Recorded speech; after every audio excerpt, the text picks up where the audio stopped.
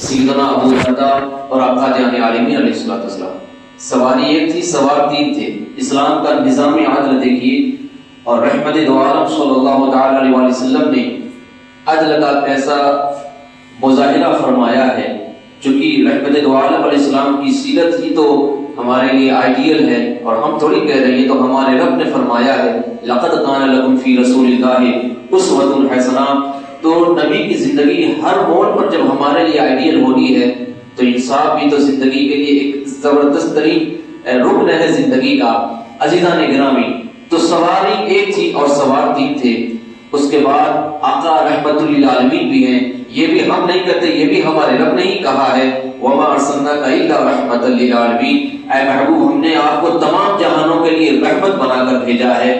تو اللہ رب العزت نے انہیں رحمت بھی بنایا۔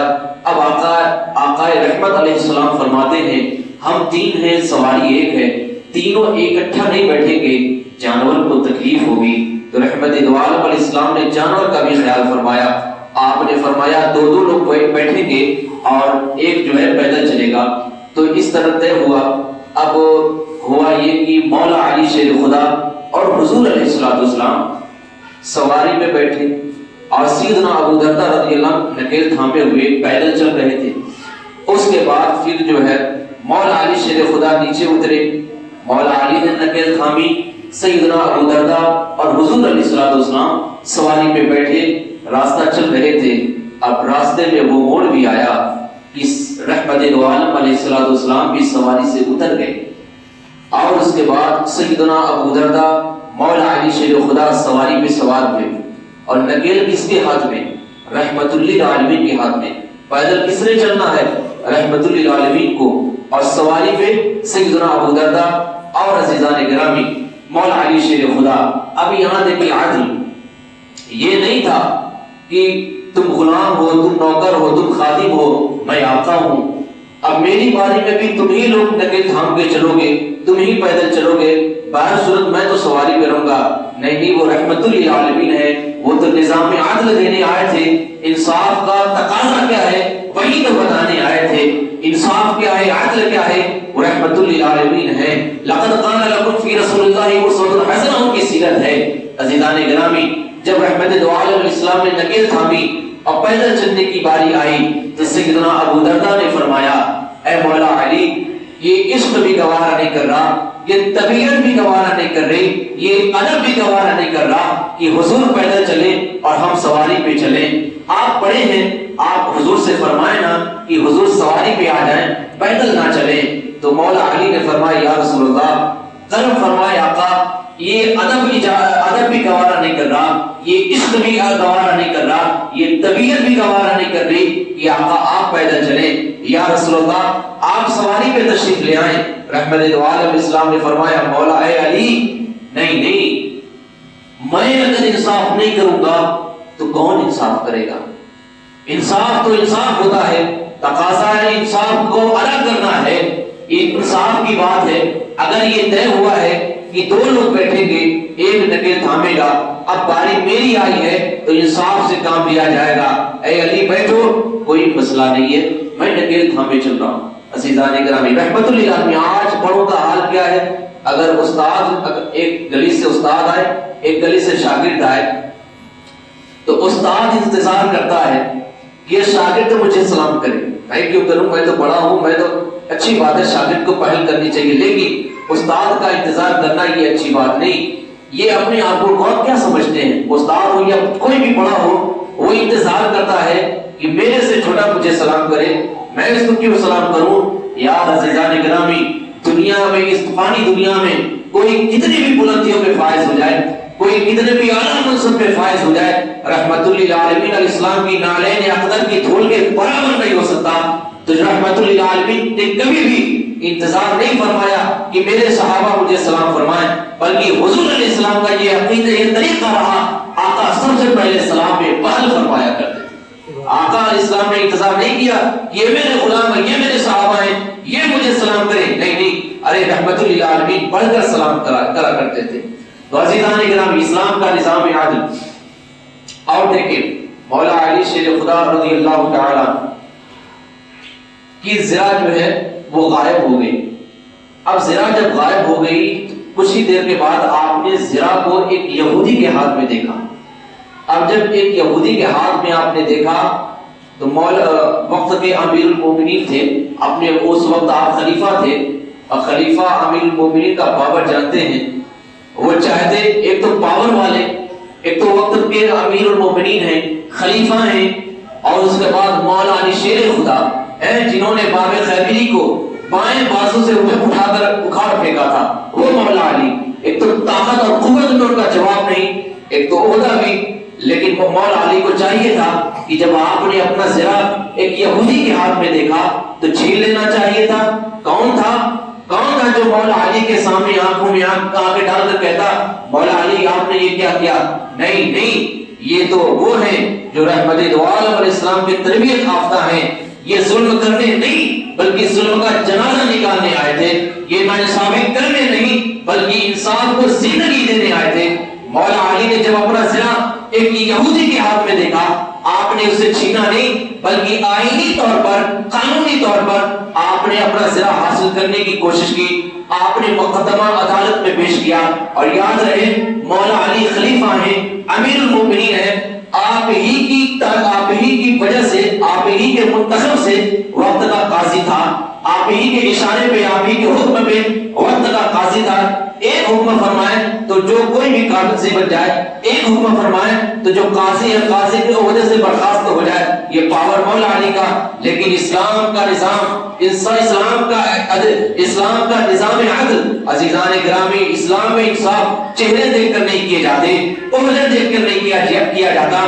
اسلام میں انصاف تو شریعت مصطفی دیکھ کے کیا جاتا ہے، قانون قرآن کے آئین میں اسلام میں فیصلہ کیا جاتا ہے، وہاں عہدے نہیں دیکھے جاتے۔ یاد رکھیے عزیزان گرامی، اس سے قبل ایک اور بات، ایک بادشاہ غسان کا بادشاہ جب اس نے اسلام قبول کیا، بادشاہ تھا ملک کا، غسان ملک کا بادشاہ، اس نے جب اسلام قبول کیا اور اسلام قبول کرنے کے بعد وہ حج کو آیا۔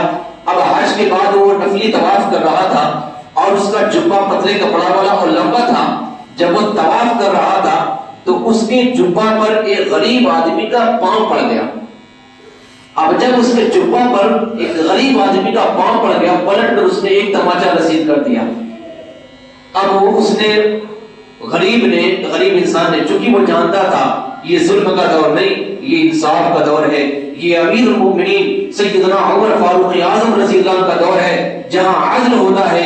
اس نے مولا عمر فاروق اعظم رضی اللہ عنہ کی بارگاہ میں یہ مقدمہ درج کیا کہ حضور، اس نے میرے قدم سے اس کا جبہ لگ گیا، اس نے مجھے تماچا رسید کیا۔ اس کے بعد بادشاہ کو اور اس عام انسان کو حاضر کیا گیا اور اس کے بعد اس غریب انسان سے پوچھا گیا کس نے تجھے تماچا مارا ہے؟ تو اس نے کہا یہی ہے جو غسان کا بادشاہ ہے، اسی نے مجھے تماچا مارا۔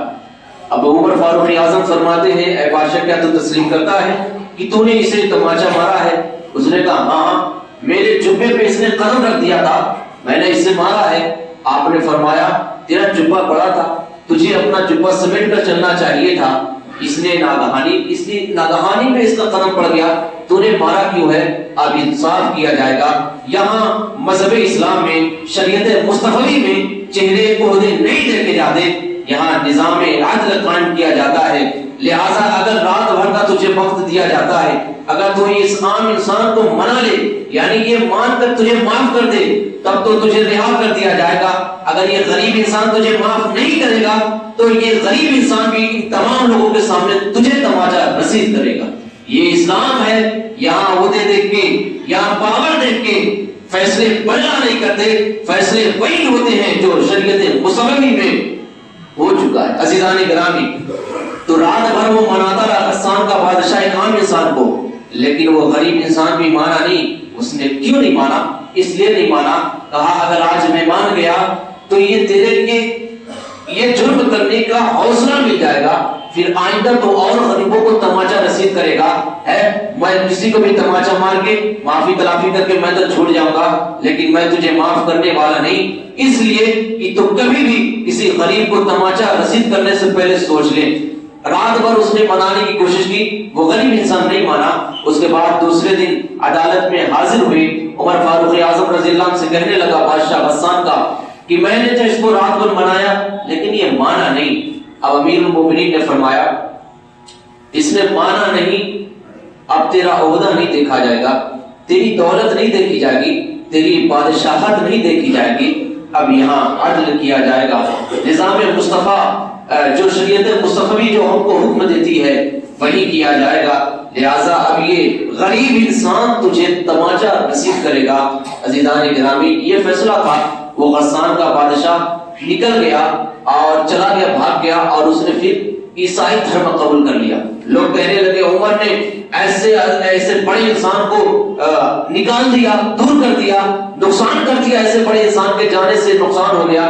عمر فاروق اعظم نے فرمایا ہم نے کوئی نقصان نہیں کیا، ہم نے کوئی نقصان کا سودا نہیں کیا، ارے ہم نے تو اپنے مصطفیٰ کی شریعت کو بچایا ہے، ہم نے تو اپنے مصطفیٰ کریم کی شریعت پہ عمل کیا ہے۔ ہم چہرے دیکھ کے فیصلہ نہیں کرتے، نبی کی شریعت دیکھ کے فیصلہ کیا کرتے ہیں۔ عزیزان گرامی، جب مولا علی نے مقدمہ درج کیا اپنی زرا غائب ہونے کا، جب عدالت میں وہ یہودی اور مولا علی دونوں کٹگری میں پہنچے، اب یہودی سے قاضی نے پوچھا کہ یہ زرا تمہاری ہے؟ اس نے کہا میرے ہاتھ میں میری ہے۔ مولا علی سے قاضی نے فرمایا، جو اسلام کا چیف جسٹس ہوتا ہے، انہوں نے فرمایا قاضی صاحب نے، اے مولا علی مقدمہ آپ نے درج کیا ہے، لہذا گواہ آپ کو پیش کرنا ہے۔ کس سے کہا جا رہا ہے؟ امیر المومنین، جس قاضی کو امیر المومنین مولا علی نے قاضی بنایا ہے اسی امیر المومنین سے کہا جا رہا ہے۔ لیکن مولا علی وہ شیر خدا جن کے بارے میں رحمت دو عالم علیہ السلام فرمائے انسانیت جس پہ رشک کرتی ہے وہ مولا علی ہے۔ آقا فرماتے علی وہ ہے جس کی زیارت کے لیے فرشتے بھی آتے ہیں، علی وہ ہے جو باب العلم ہے۔ عزیزان گرامی، یہ تمام فضیلتیں ہونے کے باوجود بھی مولا علی وہاں پہ جلال کا مظاہرہ نہیں کر رہے، وہاں پہ یہ نہیں کر رہے ہیں تم مجھ سے ضمانت مانگتے ہو، تم مجھ سے ثبوت مانگتے ہو، میں امیر المومنین میں چاہوں تو میں ابھی برخاست کر دوں، نہیں، بلکہ مولا علی ایک عام انسان کی طرح وہاں پہ نظام عدل کو قائم کس طرح کر رہے تھے، بشریت مصطفی میں کس طرح عمل کر رہے تھے۔ عزیزان گرامی، جب قاضی نے فرمایا امیر المومنین مقدمہ آپ نے کیا ہے، گواہ آپ کو پیش کرنا ہوگا، امیر المومنین مولا علی المرتضیٰ نے فرمایا میرا بیٹا حسن گواہی دے گا اور میرا غلام گواہی دے گا۔ تو قاضی نے فرمایا کہ ان دونوں کی گواہی صحیح تو ہے لیکن مانی نہیں جائے گی، میں نہیں مانتا۔ کیوں نہیں مانتا؟ اس لیے قاضی نے فرمایا اس لیے میں ان دونوں کی گواہی نہیں مانتا کہ بیٹا تو باپ کے ہی حق میں بولا کرتا ہے، غلام بھی آقاؤں کے ہی حق میں بولا کرتا ہے، لہٰذا ان کے علاوہ کسی اور کو گواہ بنایا جائے تو مقدمہ آگے چلایا جائے گا۔ عزیزان گرامی، جب یہ کہنا تھا مولا علی پھر بھی جلال میں نہیں آئے بلکہ مولا علی خاموش ہوئے۔ آپ نے فرمایا اس کے علاوہ میرے پاس اور گواہ نہیں ہے۔ اس کے بعد قاضی نے کیا فیصلہ فرمایا ذرا غور کریے۔ امیر المومنین وقت کے امیر المومنین ہیں، نبی دو عالم علیہ السلام کے خلیفہ ہیں، داماد مصطفیٰ ہیں، کیا شان کیا عظمت ہے، لیکن عزیزان گرامی قاضی نے چہرے دیکھ کے فیصلے نہیں بدلے بلکہ جو حکم مصطفی تھا، جو شریعت مصطفی میں فیصلہ کرنا تھا، قاضی نے وہی فیصلہ کیا۔ کیا فیصلہ کیا؟ قاضی نے کہا امیر المومنین آپ نے ثبوت پیش نہیں کر سکے، آپ دلیل پیش نہیں کر سکے، لہذا اب انصاف کا تقاضا یہ کہتا ہے آپ نے یہودی کو عدالت میں لایا ہے اور آپ اس کے خلاف دلیل نہیں پیش کر سکے ہیں، لہذا انصاف کا تقاضا یہ کہتا ہے اب اس یہودی سے آپ اسے راضی کریں، اب اس یہودی کو آپ راضی کریں۔ عزیزان گرامی، امیر المومنین سے کہا جا رہا ہے آپ نے دلیل پیش نہیں کر پائی ہے، اب یہ آپ یہودی کو اب راضی کریں، تو وہ مولا علی پھر بھی جلال میں نہیں آئے، چونکہ نظام مصطفیٰ کیا ہے وہ تو جانتے تھے نا۔ عزیزان گرامی، رحمت دو عالم علیہ السلام کی تربیت یافتہ مولا علی مشکل کشا اس یہودی کے پاس جاتے ہیں اور کہتے ہیں دیکھ بھائی یہ زرا تو واقعی میں میری ہے، یہ الگ بات ہے، میں دلیل اور پیش نہیں کر سکا، میرے پاس اور گواہ نہیں ہے، لیکن خیر میں تجھے عدالت میں لایا، چل اب میں تجھے اپنے گھر لے کر چلتا ہوں اور تجھے کھجور کا حلوہ کھلاتا ہوں تاکہ تو خوش ہو جائے۔ عزیزان گرامی، جب یہ رویہ مولا علی کا اس نے دیکھا، جب یہ رویہ اس نے اسلام کے قاضی کا دیکھا، تو وہ کہنے لگا، مولا علی کے قدموں میں گر گیا اور کہنے لگا، اے مولا علی، جب آپ کی شان ایسی ہے تو پھر آپ کے مصطفیٰ کریم کی شان کا عالم کیا ہوگا؟ اور اس نے کہا، اے علی، مجھے بھی کلمہ پڑھائیے اور مذہب اسلام میں داخل فرما لیجیے۔ تو اسلام کا نظام عدل دیکھ کر، قاضی کا نظام عدل دیکھ کر، مولا علی کا انصاف کے لیے اپنے آپ کو کھڑا کرنا دیکھ کر، اس یہودی نے کلمہ طیبہ پڑھ کر داخل اسلام ہو گیا۔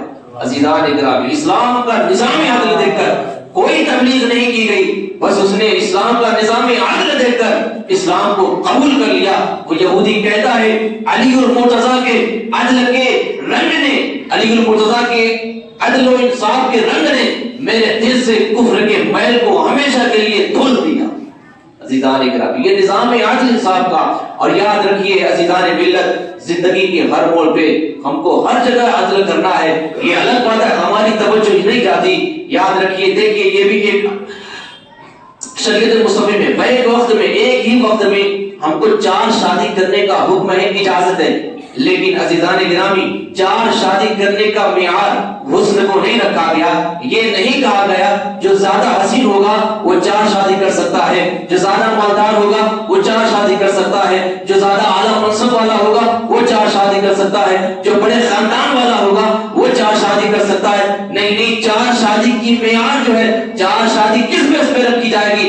4 شادی اسی کے لیے اجازت ہے جو چاروں کے درمیان عدل قائم کر سکتا ہے، جو چاروں کے درمیان انصاف کر سکتا ہے، جو انصاف کر سکتا ہے، اسی کے لیے اجازت ہے کہ وہ 1 سے زیادہ شادی کر سکتا ہے۔ تو اسلام میں اجازت 4 شادی کی عدل کے بنا پر ہے۔ اور یاد رکھیے، یہ ہمارے جسم کے ساتھ بھی ہمارا عدل ہے، یعنی اگر ہم آنکھ سے، اگر شریعت جو ہم کو دیکھنے کا حکم دیتی ہے، اگر وہی دیکھ رہے ہیں تو یہ ہماری آنکھ کے ساتھ ہمارا انصاف ہے۔ کان جو سننے کا حکم شریعت نے دیا، اگر اپنے کانوں سے وہی سن رہے ہیں تو یہ ہمارا اپنے کان کے ساتھ عدل ہے۔ جسم کے تمام اعضاء کا اگر استعمال شریعت مصطفی کے دائرے میں کر رہے ہیں تو ہمارے جسم کے ساتھ یہ ہمارا عدل ہے۔ اور یاد رکھیے، یہ بھی ہوتا ہے کہ کچھ لوگوں کے گھر میں 1 سے زیادہ اولاد ہوتی ہیں، تو ایسا بھی ہوتا ہے، کوئی فرض کر لیجیے 3 بچے ہیں، تو 3 بچوں میں کسی بچے کے ساتھ زیادہ شفقت ہوتی ہے، کسی بچے کے ساتھ زیادہ پیار ہوتا ہے، کسی بچے کے حکم پر فوراً اس کی آرزو کو پورا کر دیا جاتا ہے، یا تو پڑھائی کی بنا پر اس سے زیادہ محبت کی جاتی ہے، یا تو کمائی کی وجہ سے اس سے زیادہ محبت کی جاتی ہے۔ لیکن یاد رکھیے گا، یہاں تو دنیا میں اگرچہ کوئی حساب کرنے والا نہیں ہے کہ اپنے اس 3 بچوں میں اس سے زیادہ پیار کیوں کرتے ہو، باقی 2 بچے بھی اپنی خواہش کا اظہار کرتے ہیں، ان کی خواہش کی تکمیل نہیں ہوتی۔ ہو سکتا ہے یہاں کوئی انصاف کرنے، یہاں کوئی سوال کرنے والا نہیں ہو، لیکن یاد رکھیے اللہ رب العزت کی عدالت میں آپ کو ہمیں حاضر ہونا ہے، وہاں یہ حساب ہوگا، تیرے 3 بچے تھے، ان کے ساتھ تو نے عدل کیوں نہیں کیا؟ 1 بچے کے ساتھ تو نے محبت کا رویہ قائم کیا، اس کے حکم کی تکمیل تو نے کی، باقی 2 بچوں کے ساتھ تو نے انصاف نہیں کیا۔ تو قیامت کے میدان میں اس کے بھی حوالے سے آپ کو ہمیں جواب دینا ہے۔ آپ نے اپنی نگاہوں کے ساتھ عدل نہیں کیا، اس کا بھی جواب دینا ہے۔ کانوں کے ساتھ عدل نہیں کیا، اس کا بھی جواب دینا ہے۔ یعنی ہاتھوں سے اگر حرام چیز دیکھی تو حساب دینا ہے، کانوں سے اگر ہم نے برے کلمات سنے تو یہ کانوں کے ساتھ ناانصافی کی ہے تو کانوں کے حوالے سے جواب دینا ہے۔ غرض کی عزیزان گرامی، زندگی کے کسی بھی موڑ پر ہم نے ناانصافی کی ہے تو ہمیں قیامت کے میدان میں حساب اس کا دینا ہے۔ تو یاد رکھیے، جن کے 3 بچے ہوں یا 1 سے زیادہ عورت والے ہوں یا کچھ شاگرد ہو، استاد اس میں کچھ ایسے ہوں جس بچے سے پڑھائی کے بنا پر اس سے زیادہ محبت کرتے ہیں، اور کچھ بچے کو پڑھنا نہیں آتا، وہ اپنے عقل کی وجہ سے مجبور ہیں، وہ زیادہ نہیں پڑھ پاتے، تو استاد اس سے زیادہ دل نہیں لگاتے، زیادہ محبت نہیں کرتے، زیادہ قریب نہیں کرتے، تو ایسے استاد بھی یاد رکھیں قیامت کے میدان میں اس سے بھی حساب لیا جائے گا۔ ہر ایک کے ساتھ عدل کرنے کا نظام مذہب اسلام نے ہمیں سکھایا ہے، اور یہی وجہ ہے آج کی اس ترقی یافتہ دنیا میں بھی جب بڑے بڑے سائنسدان، اسکالر، ریسرچ جب مذہب اسلام کے نظام قانون کو، مذہب اسلام کے نظام عدل کو جب پڑھتے ہیں تو وہ بے ساختہ یہ کہنے لگتے ہیں کہ واللہ العظیم مذہب اسلام میں جیسا عدل کا نظام قائم کیا گیا ہے، مذہب اسلام میں جیسا انصاف کرنے کا دستور ادا کیا گیا ہے، اور کسی مذہب میں ایسا انصاف کرنے کا طریقہ نہیں سکھایا گیا۔ مذہب اسلام کے نظام عدل کو پڑھ کر آج کی تاریخ میں بھی بڑے بڑے سائنسداں کلمہ طیبہ پڑھ کر داخل اسلام ہو رہے ہیں۔ اسلام کی حقانیت اور مذہب اسلام کی نظام عدل کی برکت ہے۔ آج بھی نظام عدل کو پڑھ کر بڑے بڑے لوگ کلمہ طیبہ پڑھ کر داخل اسلام ہو رہے۔ اللہ رب العزت ہمیں اپنے جسم کے ساتھ، ہمارے اپنے بھائیوں کے ساتھ، ہمارے والدین کے ساتھ، ہمارے اساتذہ کے ساتھ، ہر ایک کے ساتھ عدل و انصاف کرنے کی توفیق عطا فرمائے۔ مرنے سے پہلے مولا سچی توبہ کی توفیق عطا فرمائے۔ آج سے پہلے میری زبان و فعل سے کوئی بھی کفریہ کلمات و فعل آپ سب کو گواہ بنا کے سچی توبہ کرتا ہوں۔ میرا رب میری توبہ قبول فرمائے۔ استغفر اللہ